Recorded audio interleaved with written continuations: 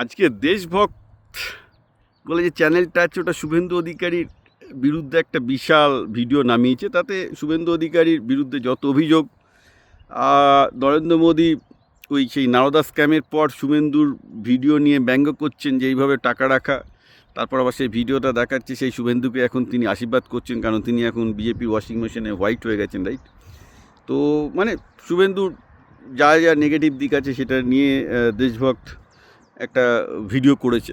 আমি দেশভক্তের বিরুদ্ধে কিচ্ছু বলছি না। দেশভক্ত যা বলেছে অল ফ্যাকচুয়ালি কারেক্ট, যে শুভেন্দু অধিকারী যখন নক্সালদের দরকার ছিল তাদের কাজে লাগিয়েছে, যখন তৃণমূলের দরকার ছিল তৃণমূলকে কাজে লাগিয়েছে, যখন বিজেপিকে তার দরকার ছিল বিজেপিকে কাজে লাগিয়েছে, করে সে কিন্তু নিজে মুখ্যমন্ত্রী হয়ে গেছে। এবং আমি সরি দেশভক্ত, কিন্তু আমি আকাশ ব্যানার্জির নাম, আমি কিন্তু বাংলার ছেলেদের শুভেন্দু অধিকারীর মতো শিকারী হতে বলবো।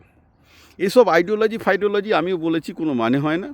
যখন যে জিনিস বাজারে খাচ্ছে বিক্রি হচ্ছে সেখানে গিয়ে জান লড়িয়ে দাও। এটাকে অস্বীকার করতে পারবে না কি শুভেন্দু অধিকারী তৃণমূলের জন্য কাজ করেনি, সাংঘাতিক খেটেছে বলে তৃণমূলের যে গুরুমারা বিদ্যাটা শিখেছে সেই বিদ্যাটাই বিজেপিকে গিয়ে দিয়েছে, গিয়ে বিজেপি মুখ্যমন্ত্রী হচ্ছে। কারণ আজকে শুভেন্দুর ওই গুরুমারা বিদ্যা না শিখলে কিন্তু বিজেপি এতদিন আমার ধারণা শুভেন্দু ছাড়া জিততে পারতো না এবার। ওকে, যে যতই মমতা ব্যানার্জির বিরুদ্ধে ক্ষোভ থাকুক না কেন, পলিটিক্সটাকে ম্যানেজও করতে হয়।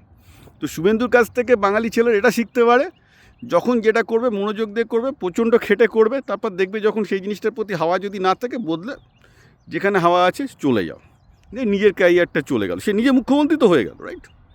তো আমি আবার বলছি, দেশভক্ত আকাশ ব্যানার্জি যে অভিযোগগুলো শুভেন্দুর বিরুদ্ধে করেছে কোনোটাই ভুল নয়, দ্যাটস অল রাইট।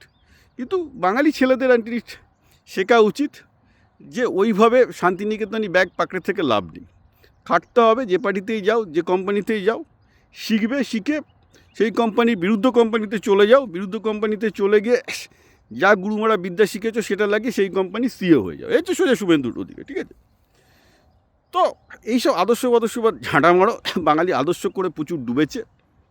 সোজা কথা, আমি নিজে আদর্শহীনতার রাজনীতি পছন্দ করি, কারণ ক্ষমতায় কখনো আদর্শ নেই। বামপন্থীদের যে আদর্শ যারা করে তারা বামপন্থীদের ক্ষমতা নেই, বামপন্থীর যারা লিডার তাদের কোনো আদর্শ নেই, তৃণমূলের যারা লিডার তাদের আদর্শ নেই, বিজেপির যাদের লিডার তাদের আদর্শ নেই, যতই তারা মুখে আদর্শের কথা বলুক না কেন। যারা লিডার তাদের আদর্শ একটাই, ক্ষমতা, পাওয়ার, তাদের ক্ষমতা জিততে হবে। That is what is call politics, right? তেমন একটা মানুষ হচ্ছে সারভাইভ। আমাকে সারভাইভ করতে হবে। আরে আমি যদি আদর্শবাদ ধুয়ে যদি ওই 10,000 টাকা মাইনে ভিখিরির মতো পড়ে থাকি, কে আমার কথা শুনতে যাবে? কেউ আমার কথা শুনবে না। কারণ ওই পৃথিবীতে একবারই এসছো, একবারই বেঁচে থাকবে, রাইট? সে একবারই বেঁচে থেকে ওই আদর্শবাদ ধুয়ে ওই 10,000 20,000 টাকার মাইনেতে নিষ্পেষিত হয়ে তো কোনো লাভ নেই। তার চেয়ে খাটো, দরকার হলে যখন খুশি কোম্পানি চেঞ্জ করার করো, নিজের মতো মনে হবে, নিজের স্বার্থে কাজ করে যাও। কিন্তু হ্যাঁ, সবসময় এটা দেখা উচিত অসৎ হবে না। ডিসঅনেস্ট হওয়াটা আমি ডেফিনেটলি সাপোর্ট করবো না। আমি আবার বলছি যে বেসিক্যালি সেটা শুভেন্দু অধিকারও বলেছে, ডিসঅনেস্ট হওয়াটা কিন্তু আমি সাপোর্ট করতে বলবো না। কারণ কেউ যদি চুরি করে, কেউ যদি মিথ্যা কথা বলে, অবভিয়াসলি সে পলিটিক্স করুক আর যাই করুক না কেন, সেটা তার গায়ে আসবে। আইডিওলজি তুমি শিফট করতে পারো, কিন্তু মিথ্যা কথা বলে বা চুরি করে যদি, মানে চুরি করা, ডাকাতি করা, অবভিয়াসলি যেগুলো অনেকেই করে রাজনীতিতে ঢুকে, দ্যাট ইজ টেরিবলি ব্যাড।